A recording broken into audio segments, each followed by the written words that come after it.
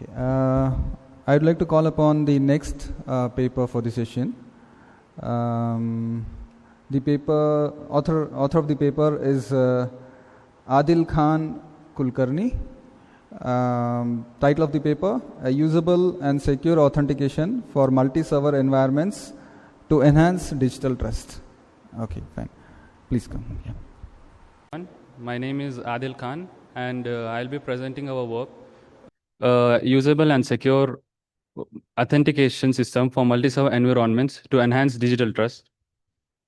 So the motivation behind the project, so let's understand the motivation behind the project. So for that, we'll briefly go through a few mechanisms like for multi-server authentication, we know that some mechanisms like Kerberos and SAML already exist. The Kerberos, while it provides strong authentication, there are a few drawbacks it has, like it is centralized and it is also works in a specific domain.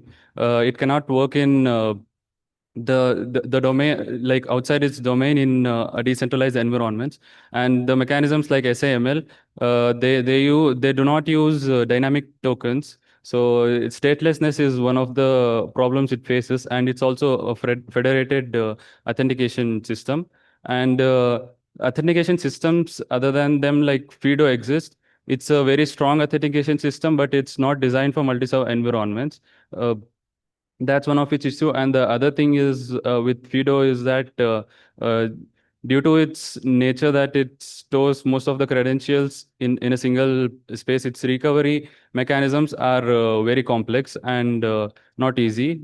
While you have signed up to multiple service providers, then the recovery becomes even more difficult. You'll have to individually recover in all the service providers.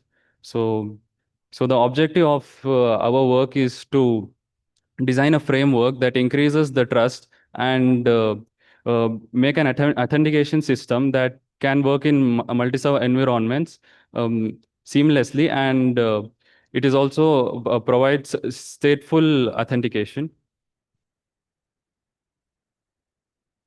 So the challenges faced in the multi-server authentication current paradigm is one of the well-known things is the password hash is being stored on the server side. They can be compromised pretty easily, and we come across these uses of those password hashes and they being compromised and being used by attackers. And the other factors like the protocols like FIDO using biometrics, they can be spoofed. The limitation in FIDO, one more thing is that it is scoped to individual relying parties. So our key challenges for research were like maintaining the sessions across the independent service providers and securely transferring the authentication to multiple service providers while the user is authenticated within one service provider. So there's also a lack of robust state management in the existing protocols. We try to address this in our protocol. So the proposed solution is a protocol for multi-server environments. It's called State Token Relay Protocol. So the entities involved in this protocol are the authentication server, the user, and the service provider. The user is me and you, the regular users who access the internet and who want to authenticate to services. The service providers are the ones who are providing the service to us. The admin server is someone who is a trusted party, and he facilitates the authentication process. He acts as an intermediary, a trusted intermediary for us to manage this authentication. So this protocol, it provides a dynamic state token management with secure multi-party chain authentication process. This enables a robust authentication in multi-server environments. So the protocol, we have divided it in five stages. So 5 phases. The first phase is the registration phase. Here, the user or the entity, the user or the service provider, can register to the admin server. When during this process, there are cryptographical exchanges that happen, and in the end, they generate something called a state token. This is a dynamic state token.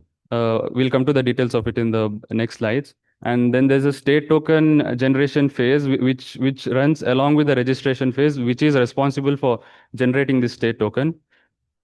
In the authentication phase, it is basically used to authenticate the user for the service providers. The validate phase is a phase where if a user is authenticated with one of the service providers and he wants to access another service provider service, then he can go to that service provider, and the previous service provider who had authenticated him, he can assist the next service provider. Basically, like he won't have to authenticate again. So his authentication the second time or the upcoming times, it will be easier and faster. And then there's a recovery phase where if the device or the system is compromised, then the user can recover his account. So contribution one, the dynamic state token. So what exactly is this dynamic state token? Dynamic state tokens are something they are not like a regular state tokens. They have something called they have three properties that I specifically want to talk about. That is state entropy, counter, and the life cycle. State entropy is a uniquely generated secret that is generated as a result of the cryptographic exchanges between the admin server and the entity. The counter, it increments on each cryptographic request that goes from the user, from the entity to the admin server. And lifecycle is basically the um, creation time and the expiry time of that token. So the token, it keeps changing with each of the network requests that go on. Well,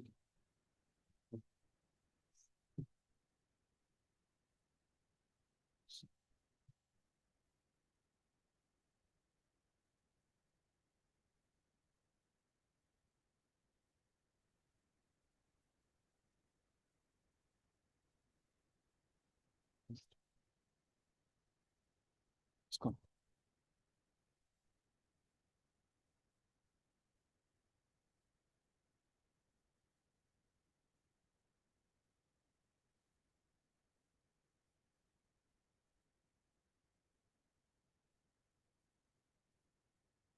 Okay, so the contribution to the validation phase. In this phase, basically, if a user is authenticated to one of the service providers, he can uh, the other the second service provider, the newly the user that wants to authenticate to the second service, he can utilize the previous authentication. So basically, like you can see in the diagram, SPI was the one who had previously authenticated the user.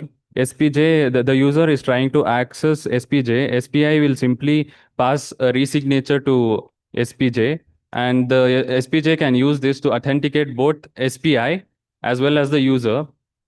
Admin server, it basically provides a state token to the to SPJ, the service provider.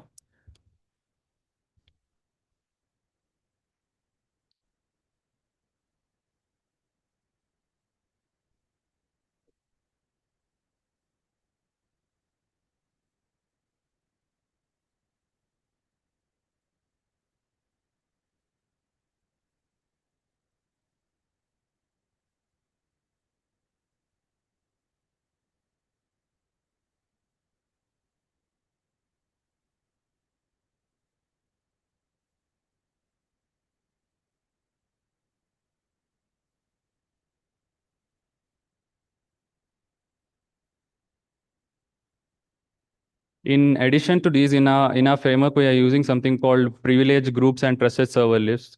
Privilege group is a set of admin server and service providers that are grouped together inside that are available inside a system, and that are considered to be trusted. And there's a number of servers that can exist inside the system. And trusted server list is a list that consists of all the public keys of these trusted servers, and it is digitally signed by the admin server. So the protocol was analyzed using ProVerif. So it guarantees the secrecy of the user's secret terms, and the authentication is also guaranteed. Um no secret parameters were leaked as per the analysis. So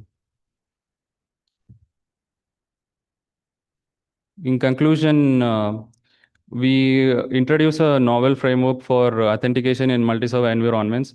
This delivers a single sign-on like experience for users with explicit and verifiable trust. So there's also mechanisms like dynamic state tokens that exist that increase the trust inside the multi-server environments. We also have formalized trust boundaries and uh, security guarantees that are verified using ProVerif. Thank you.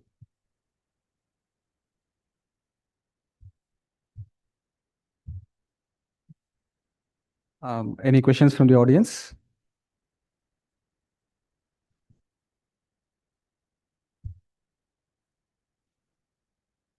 Yeah, can someone pass on the mic, please?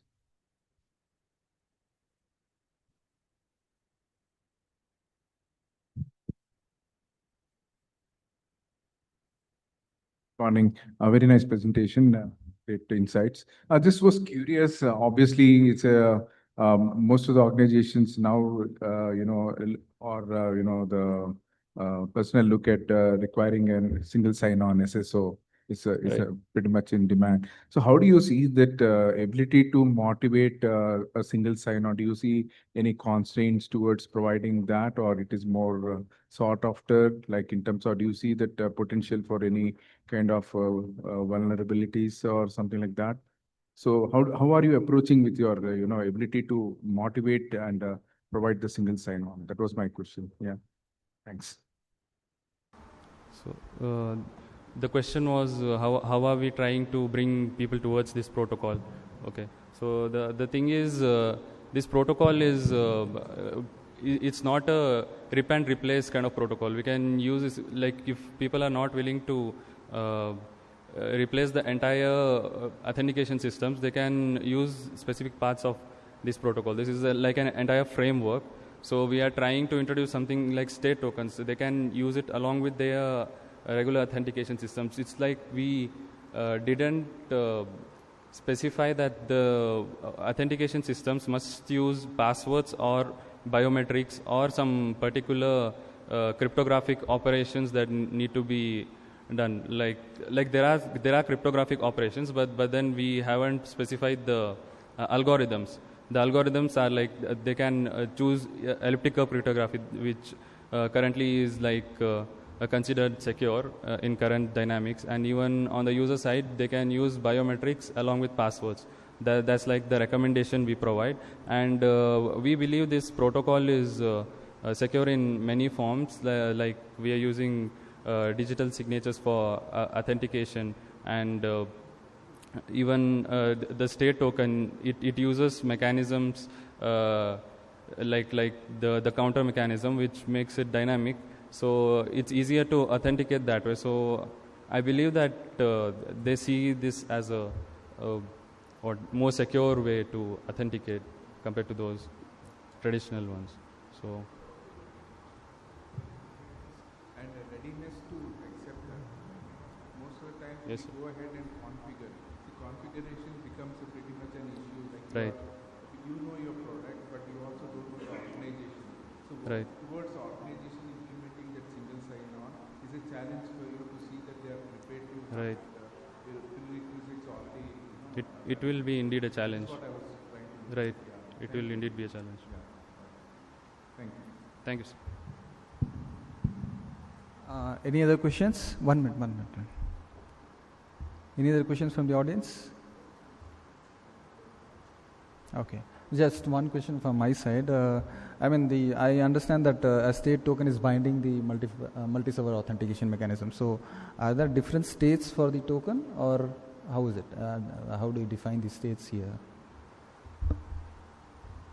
The state token, the word state we are using, it is because it's stateful, meaning it's not a static token. It's dynamic. So whenever inside a authentication system, whenever there's a user, there's service providers and authentication servers. So they all have this state token, and they all are supposed to have like the same value. They have the same value because they know what cryptographic operations are happening and how many of the communications have happened between the user, the service provider, the admin server. They all know it inside Atmosphere. So if any external entity is trying to communicate, then like that thing will be tampered. So if that value, the hash of that value, if it's not matching up, it means that there's some issue in the authentication, and they'll re-authenticate. They'll reinitiate the process. So that's how they are being used. Thank you very much, Adilkhan.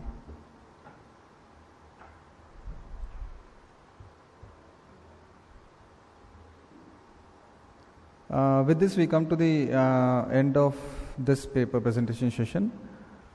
I would like to request Arvind sir to come on stage to present a memento to session chair Gopinath sir. Sir, please. I request you to present a memento as a token of appreciation for the session chair.